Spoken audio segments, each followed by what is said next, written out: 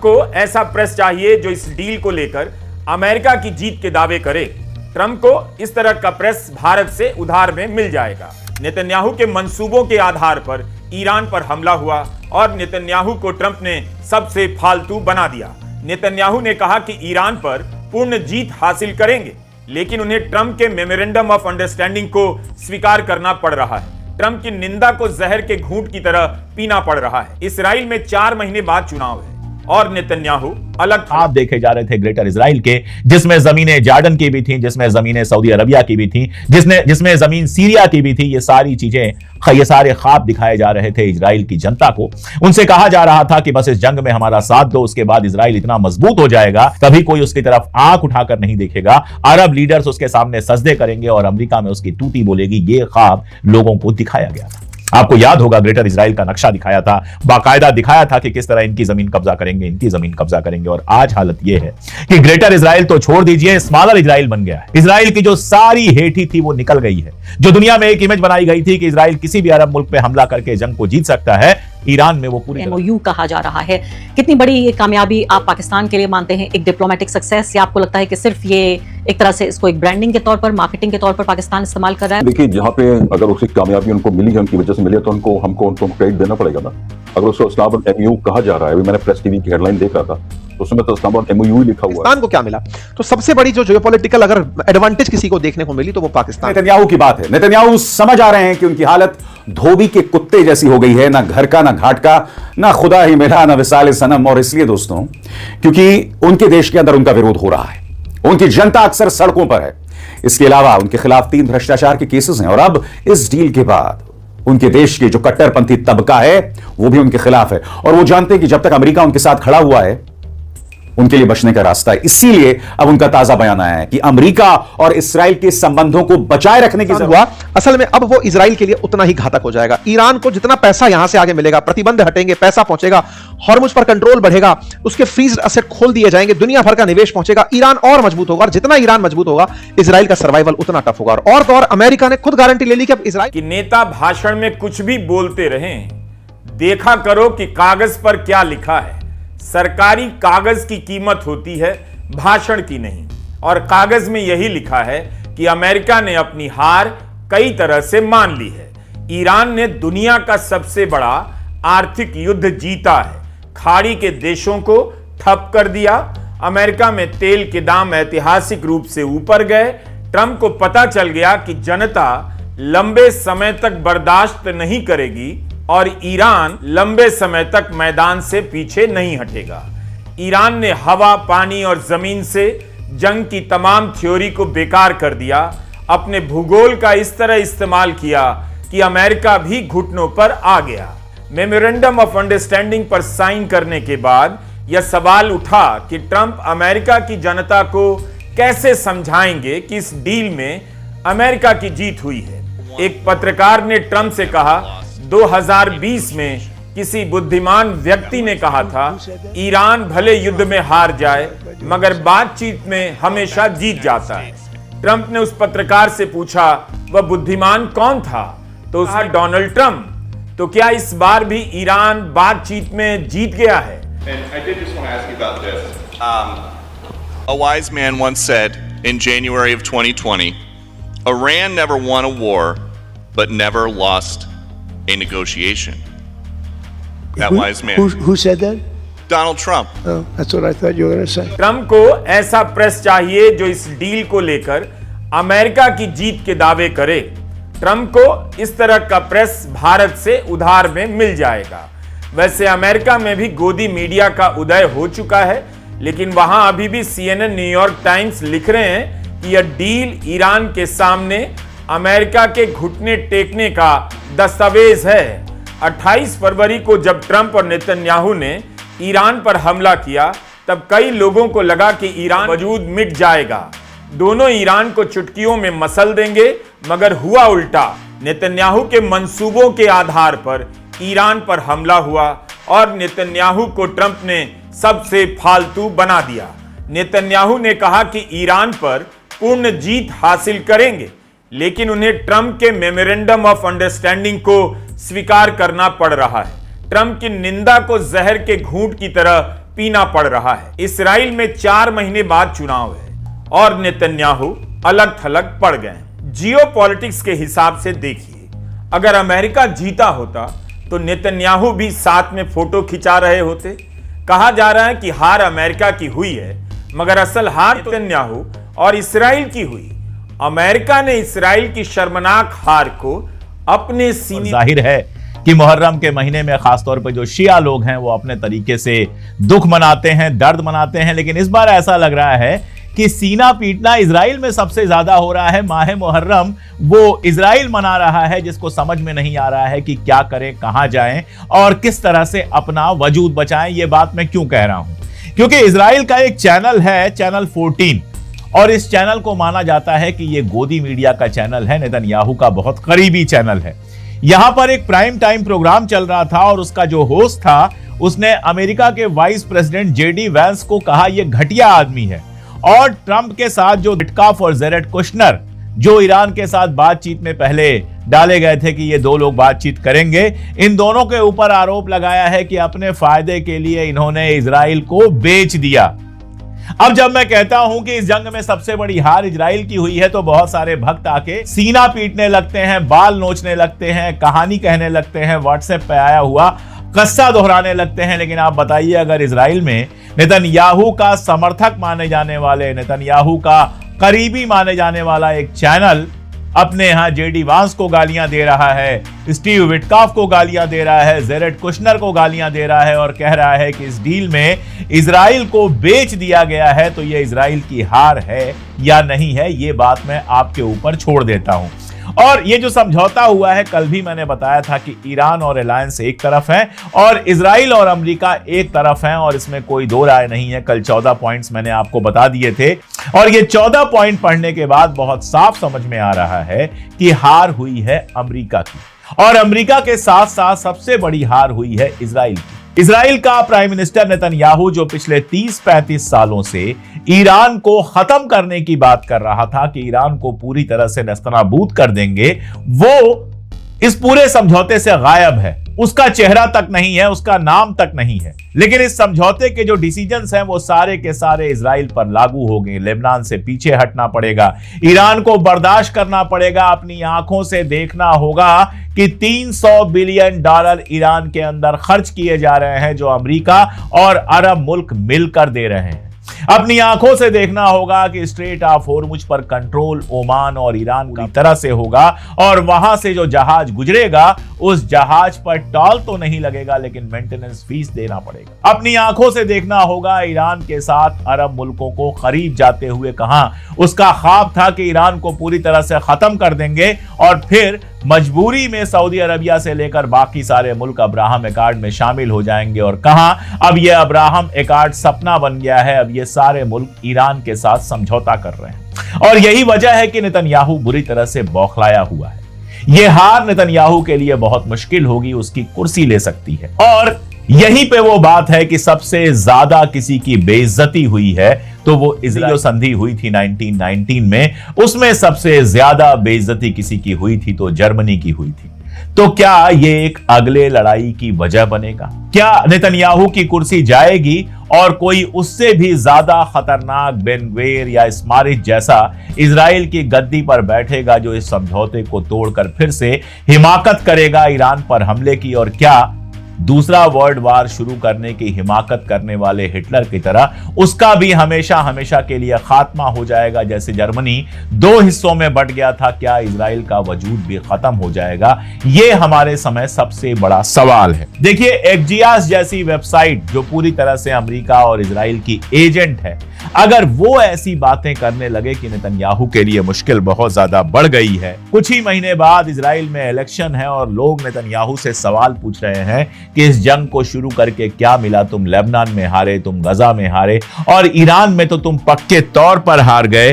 बार बार तुमने कहा था टोटल विक्ट्री। टोटल विक्ट्री का मानी यह था कि ईरान पूरी तरह से खत्म हो जाएगा, 5-6 हिस्सों में बंट जाएगा, और उन हिस्सों पर जो हुक्मरान बैठेंगे वो इजराइल के तलवे चाटने वाले होंगे। टोटल विक्ट्री का मतलब यह था कि गजा पर पूरा कब्जा आएगा, गजा से लोगों को बाहर भगा दिया जाएगा और वहां पर इजराइल अपने सेटलमेंट बनाएगा। टोटल विक्ट्री का मतलब यह था कि सदर्न लेबनान जो है, जनूबी लेबनान जो है, उस पर पूरा कब्जा हो जाएगा। इजराइल का और हिजबुल्लाह को पूरी तरह से नेस्तनाबूद कर दिया जाएगा, खत्म कर दिया जाएगा, बर्बाद और तबाह कर दिया जाएगा। यह टोटल विक्ट्री से मानी था और ख्वाब देखे जा रहे थे ग्रेटर इजराइल के, जिसमें जमीनें जॉर्डन की भी थी, जिसमें जमीनें सऊदी अरबिया की भी थी, जिसमें जमीन सीरिया की भी थी। ये सारी चीजें, ये सारे ख्वाब दिखाए जा रहे थे इजराइल की जनता को। उनसे कहा जा रहा था कि बस इस जंग में हमारा साथ दो, उसके बाद इजराइल इतना मजबूत हो जाएगा, ऐसा अखंड इजराइल बन जाएगा। हमारे यहाँ अखंड हिंदुस्तान की, अखंड भारत की बात होती है। ऐसा अखंड इजराइल बन जाएगा कि कभी कोई उसकी तरफ उंगली नहीं उठा पाएगा, कभी कोई उसकी तरफ आंख उठाकर नहीं देखेगा। अरब लीडर्स उसके सामने सजदे करेंगे और अमेरिका में उसकी तूती बोलेगी। ये ख्वाब लोगों को दिखाया गया।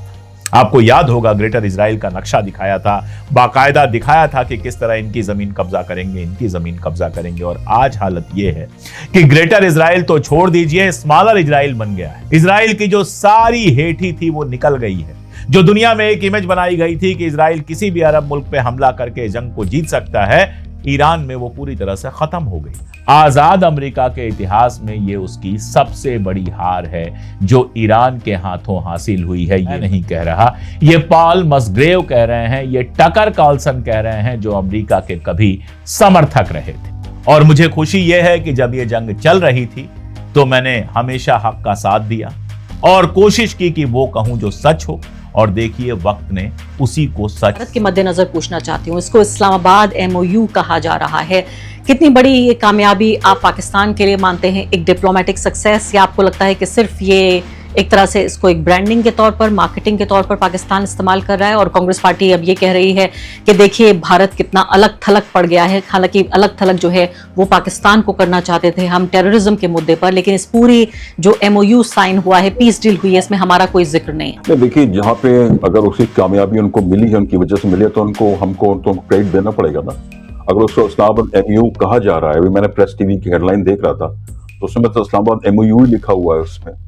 तो और सब लोग जानते हैं कि जो बातचीत हुई 2 बार बातचीत हुई। ईरान का डेलीगेशन 2 बार पाकिस्तान गया, गलीबाफ साहब गए, अरागची साहब वहां पे गए, और पाकिस्तान के जो आर्मी चीफ है मुनीर, तो कई दफे वो गए, ईरान भी गए और वो अमेरिका भी गए और चीन भी गए। तो पाकिस्तान ने कोशिश तो की, और पाकिस्तान ने कोशिश किसके बिहाफ पे की है वो भी जाहिर है, अमेरिका के बिहाफ पे की है, क्योंकि अमेरिका सीधे बातचीत नहीं करना चाहता था।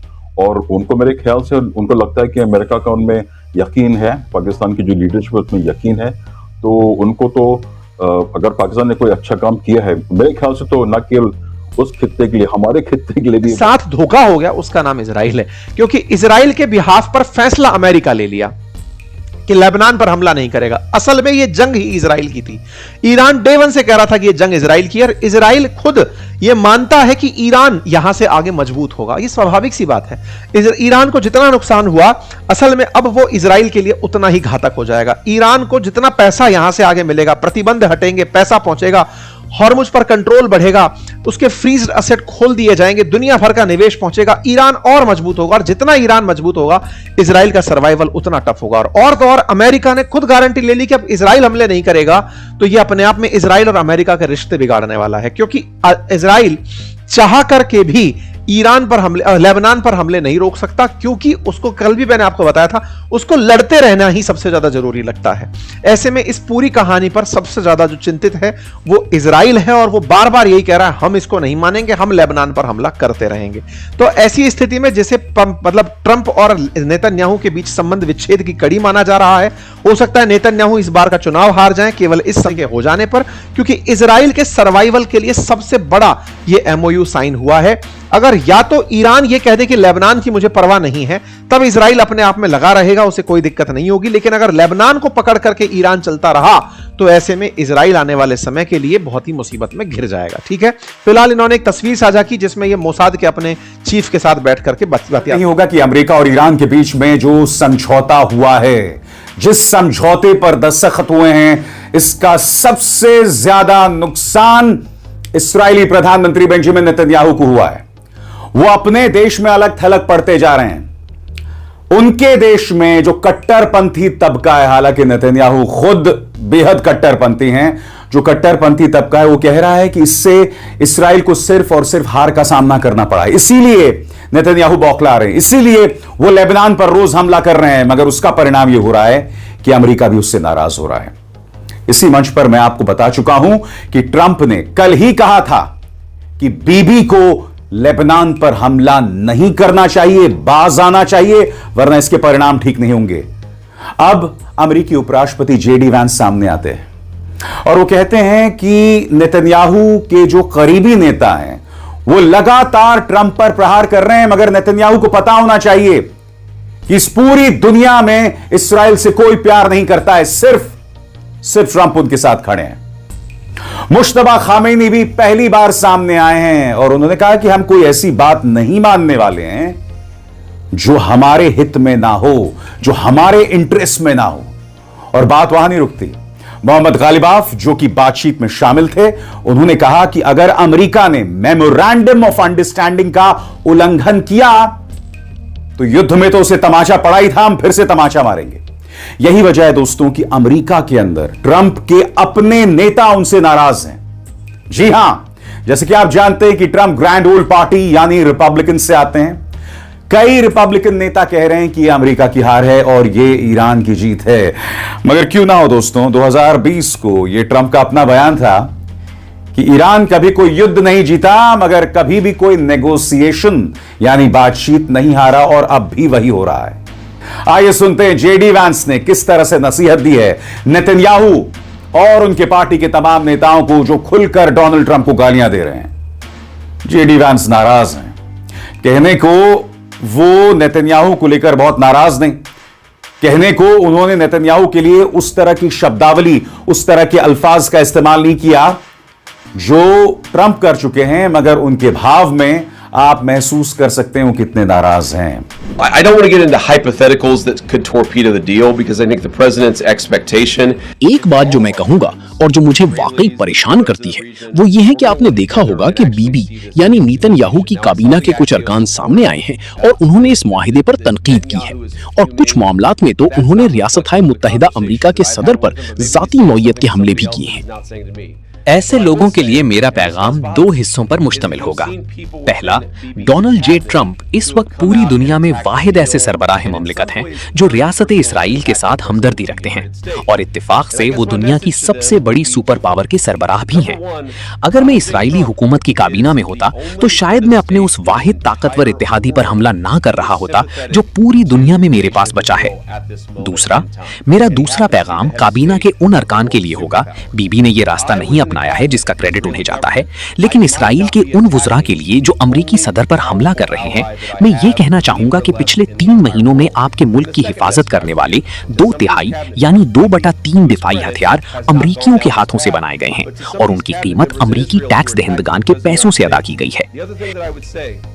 इसराइल का मसला डोनाल्ड जे ट्रंप नहीं है, और इसराइल में जो कोई भी ये सोचता है कि उनका सबसे बड़ा मसला रियासत-ए मुत्तहिदा अमेरिका का सदर है, उसे जागने और सूरत हाल की हकीकत का सामना करने की जरूरत है। The problem for Israel is not Donald J. Trump. And anybody in Israel who thinks their biggest problem is the President of the United States needs to wake up and smell the reality of the situation.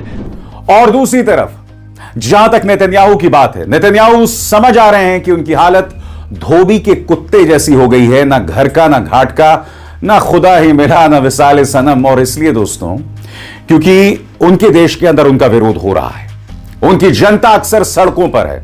इसके अलावा उनके खिलाफ 3 भ्रष्टाचार के cases हैं, और अब इस डील के बाद उनके देश के जो कट्टरपंथी तबका है वो भी उनके खिलाफ है, और वो जानते हैं कि जब तक अमेरिका उनके साथ खड़ा हुआ है उनके लिए बचने का रास्ता है। इसीलिए अब उनका ताजा बयान आया है कि अमेरिका और इस्राइल के संबंधों को बचाए रखने की जरूरत है।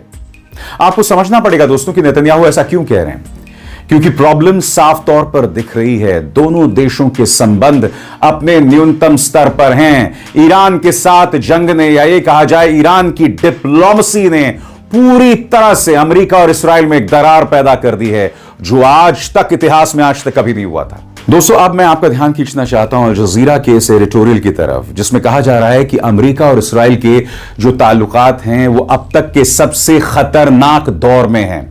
आज के इस कार्यक्रम का क्या मकसद था? ट्रंप कमजोर हुए, नेतन्याहू कमजोर हुए, और मजबूत कौन हुआ है? ईरान मजबूत हुआ है। और ये हकीकत है।